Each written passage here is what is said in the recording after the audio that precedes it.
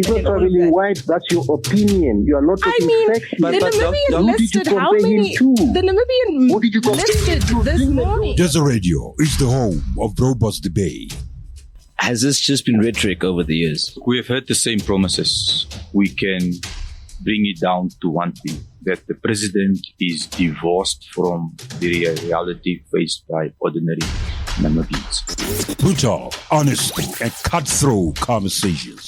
All ministers that are currently benefiting from government vehicles, entertainment allowances, that's waste. People think that political power and political office and leadership is about an opportunity to eat. Divergent views and a cross-pollination of ideas. We discussed it thoroughly and agree to disagree because we need to move forward. Desert Radio is bold and believes in telling it like it is. Don't state things as they are, because the actions and the facts speak for themselves. It is a place where all views matter. For the best of current affairs, latest news updates, and non-stop infotainment, tune in to Desert Radio, the bold voice. Desert Radio, the bold voice. So as of yesterday, around 1,500 bodies of Hamas militants have been found in Israel and the Gaza Strip, according to the Israeli army yesterday.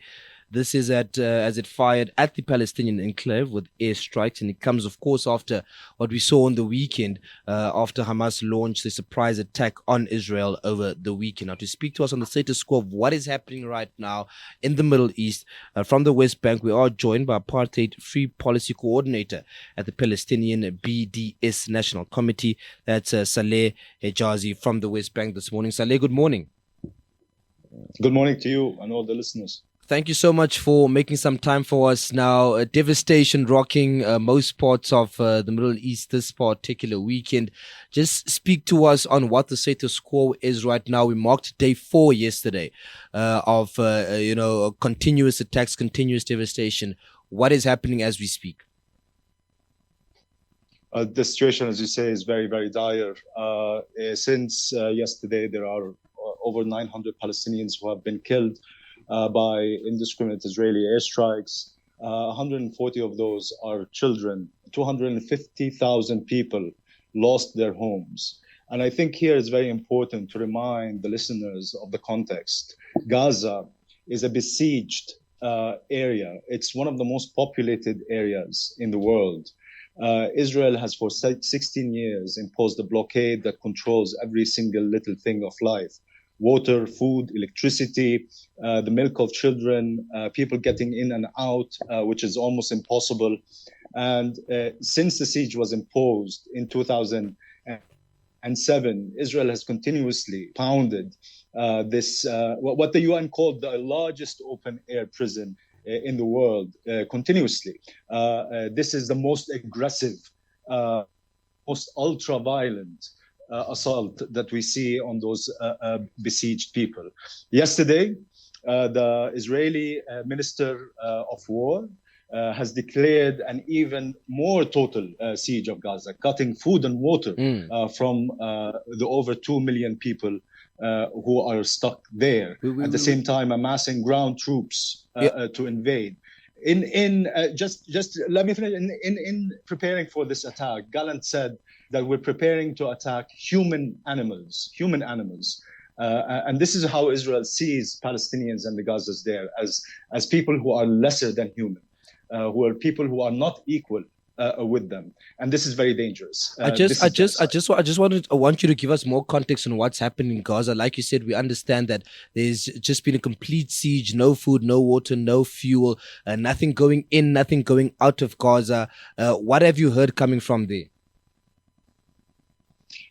Yesterday, I was speaking to a friend of mine at night. His voice was shaken. He's already left his home along with other family members. They're all staying in a refugee camp in Gaza called the Shelter.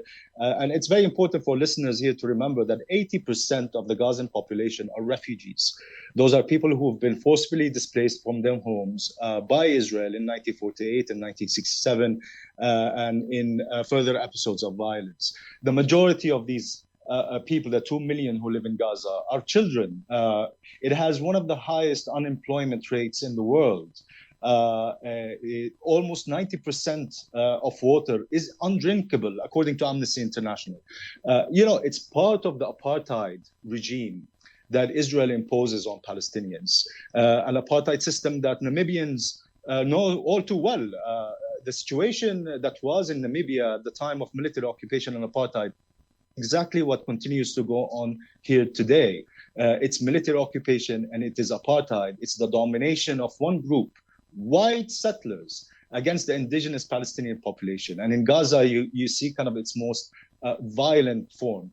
My friend was very scared. He said, look, Saleh, I've survived so many wars until now, and we've been working together. I used to work at Amnesty International, and we worked together documenting war crimes and crimes against humanity in previous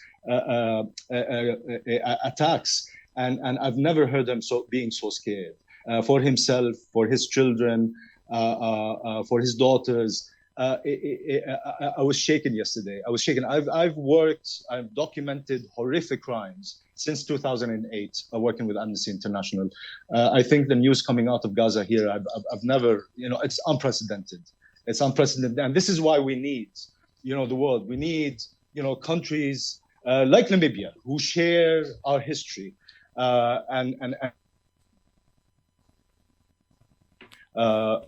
towards freedom, justice, and equality, to really stand very firm and strong and condemn Israel's settler colonialism and apartheid against Palestinians, to take action at the United Nations, for example, by reviving the Special Committee Against Apartheid, which played a crucial role in bringing down apartheid in Southern Africa, in Namibia, in South Africa, in Rhodesia, now Zimbabwe. We'll come to that, Saleh, just in terms of the countries that are, standing in support of the Palestinians. But in the other side of the line are other countries, including those like the United States, that stand with Israel and are essentially calling Hamas a terrorist organization. That's how Hamas has been known over the past couple of years, especially because of the deaths that have come out, not only of this attack, but other attacks throughout the years. Yes, Hamas has come out and defended themselves and saying that this is essentially just retaliation over the brutal force that they've been experiencing over the past couple of years, 70 years plus now, but there's still that label of the terrorist organization over the head of Hamas. Just how do you respond to that at the Palestinian BDS National Committee? Look, the colonial West, once again, hypocritically, is standing with apartheid Israel and duly adopting its deceptive timeline of the current, violence, quote unquote, as it all began, a few days ago with the powerful armed reaction of the oppressed Palestinians in Gaza. Look, I mean, it's very important for us, people who have, of the global South, who experienced settler colonialism or are still living under settler colonialism, like here in Palestine, to stress that the root of violence is oppression. The Brazilian educator and philosopher Paulo Freire has once said that, the establishment of a relationship of oppression, this is when violence begins. That never in history has violence been initiated by the oppressed. Violence is always initiated by those who oppress, who exploit, and who fail to recognize others as persons. Exactly like exactly like what happened in Namibia and South Africa, and is happening here in Palestine. This is double standards. This is hypocrisy. We're unfortunately not surprised. We're, perhaps the level of racism, of dehumanization that is happening in the West and in Western media is levels up. But it's not new. It's quantitatively more, but it's not qualitatively different. Does that then, Saleh, does that then, justify all the murders, all the killings that we've seen? Somebody, and maybe quite correctly, described this as a disgraceful loss of human lives. Does all of this oppression that you speak about justify what Hamas did over the weekend? Look, it says what we should do about it. We are a movement that believes international law should apply equally on all. If it applies on us Palestinians, let it apply on us Palestinians. But it should also apply on Israelis equally. And what we have is Israel and Israeli actions being put above the law. Above the law, it's an exception. Israel is an exception. It's a black hole when it comes to justice, international law. International law prohibits the targeting of non-combatants. Let's see if that happened, and let international law, let an investigation be carried out. But for us people, for governments around the world, we must address the context. We must address the root cause. The root cause here is the violent apartheid regime that has been imposed on the Palestinian people for more than 75 years. People have the right and should be expected to revolt against apartheid. No one accepts apartheid. Namibians didn't accept apartheid. South Africans didn't accept apartheid. No one should expect the Palestinians to accept apartheid. We will continue to seek our freedom, and we will continue to seek the dismantlement of this heinous system and crime, a crime against humanity that is being imposed on us. And I think this context is very crucial. And without it, people and governments become complicit in crimes that are being perpetrated here. It is complicity here that is at the core of what's happening. An apartheid system would not have continued on for so long if it wasn't for the complicity of institutions, governments, and organizations in Israeli crimes against the Palestinian people. And this is why we look to countries like, for example, Namibia, that really to stand by the side of international law and by the side of justice, and really speak truth to this powerful, drunk with power West that really sees nobody else except themselves, this racist West. So, Saleh, Chapter 51 of the United Nations Charter essentially give Israel the right to retaliate by brutal force. I'll read a section for you. It says here, nothing in the present charter shall impair the inherent right of individual or collective self-defense if an armed attack occurs against a member of the United Nations, until the Security Council has taken measures necessary to maintain international peace and security. We've seen the Security Council try and take decisions, and over the years we've seen the US veto those particular decisions to protect Israel in this situation. Especially in terms of Chapter 51. I mean, we've already heard the Israelis say that this now is a war. They've declared war once again. Are you anticipating more deaths, more lives, more havoc to be wreaked in the next couple of weeks? Yes. Look, in terms of international law and the Charter, I think we must also remember that there are rules and regulations, parts of the law that regulate how war is carried out. And Israel has been repeatedly, systematically violating these laws. The international humanitarian law regulates how an army and an armed group can carry out a military offensive. And if you just review the documentation done by prominent human rights organizations, Amnesty International, Human Rights Watch, and even Israeli and Palestinian human rights organizations, Israel has been systematically violating international law. And, the imposition of apartheid is a crime against humanity. This is codified in international law by the Convention and by the Rome Statute that has established the International Criminal Court. And again, this is not Palestinians saying this. This is Israeli and international groups, UN experts, who are saying that Israel systematically violates international law. And this is what is at the core of the matter, that Israel is put above international law. It continues to do so because of the complicity of the West. And to hold Israel accountable when you have such collusion from the powerful, who on one hand say that international law should apply, like in situations in Ukraine, but at the same time turn a blind eye when it comes to Israel and the violation of the Palestinians, is that it's people who can help us Palestinians here in our struggle for freedom, justice, and equality to ensure that there is accountability. And this is where the BDS movement comes. Boycott, divest, and sanction. We must isolate apartheid Israel by boycotting Israeli products and complicit Israeli institutions. And we must also boycott those, like, for example, the bulldozer company, JCB, or the sports brand company, Puma, who are also complicit in the crimes against the Palestinian people. This is why then Palestinians look to people of Namibia, people of the Southern Africa and Africa in general, to really stand shoulder by shoulder and take non-violent action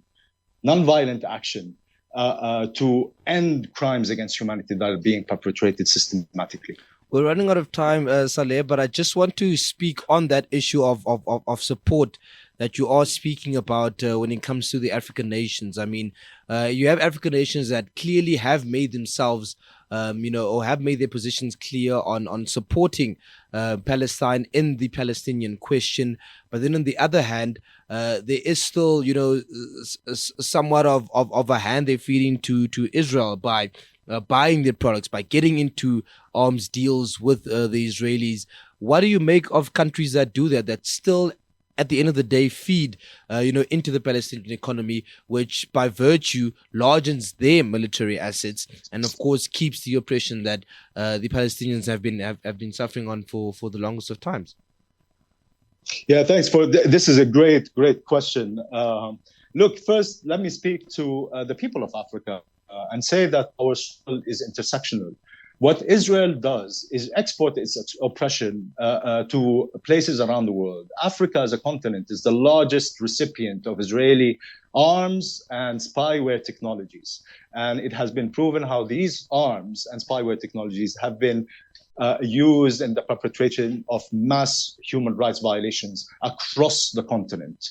Israel is exporting its oppression to Africa, and this should not stand. This is why our struggle, the Palestinian struggle for freedom, justice, and equality, is intersectional with the struggle in Africa for complete freedom and justice following colonization, which still has a very strong legacy, including Israel on the continent. Now, in terms of the governments, I want to remind of the African Charter for Peoples and Human Rights, that clearly states that the nations of Africa should stand firm and never accept and work to dismantle systems of colonialism, settler colonialism, neo-colonialism, apartheid, and Zionism. Zionism, that is the ideology and the system that is the basis of Israel's apartheid and settler colonialism. This is in the African Charter. This is in African law, basically. The African Union has also passed resolution after resolution, statement after statement, calling on its member states to cut all economic, diplomatic, cultural, and academic relationships with apartheid Israel. It has designated Israel as an apartheid state, and it has actually submitted to the International Court of Justice a legal analysis making the case that Israel is an apartheid state. I think member states in Africa should really abide again by these resolutions and statements of their union. There is a level of hypocrisy and double standards that is going on the continent that should not stand, because it affects us all. It affects us all. Palestine is the litmus test of the international law order, including when it comes to Africa. So if the African Charter is not obliging those who have signed up onto it to uphold it, to fight apartheid and Zionism, then what does it mean to the other bits of the African Charter? Same thing with the African Union. If its member states are not going to stand by its positions and policies and resolutions, then what does the other resolutions mean? They mean nothing, because these must apply across the board. We must uphold law onto everybody equally. If you don't do it in one instance, then what guarantees that you uphold it in the other instances? There's nothing. So the intersectionality of struggle with the African people is so crucial, and for the governments to end their hypocrisy and double standards and really just stand by the laws that they have themselves set in the African Charter and within the African Union. Saleh, we do thank you so much for making some time for us this particular morning. The situation is still ongoing, it's still dire. We thank you so much for that update there from the West Bank. We will be speaking to you as developments come in. But for your time this morning, we thank you so much and keep safe. Thanks for having me. All right. That was Saleh Hejazi. He is speaking to us from the West Bank. He is the Apartheid-Free Policy Coordinator at the Palestinian BDS National Committee. Hectic stuff happening there. And like we said, as of yesterday, around 1,500 bodies of Hamas militants have been found dead in Israel and the Gaza Strip, according to the Israeli army yesterday. Now, this is as it fired at the Palestinian enclave with airstrikes. And of course, it comes after that weekend attack that Hamas launched, that surprise attack on Israel over the weekend. 3 minutes past 8 is the time on the clock. Your sports roundup after this. Listen to Desert Radio from wherever you are in the world by streaming live on stream.namibian.com.na. Desert Radio, the bold voice.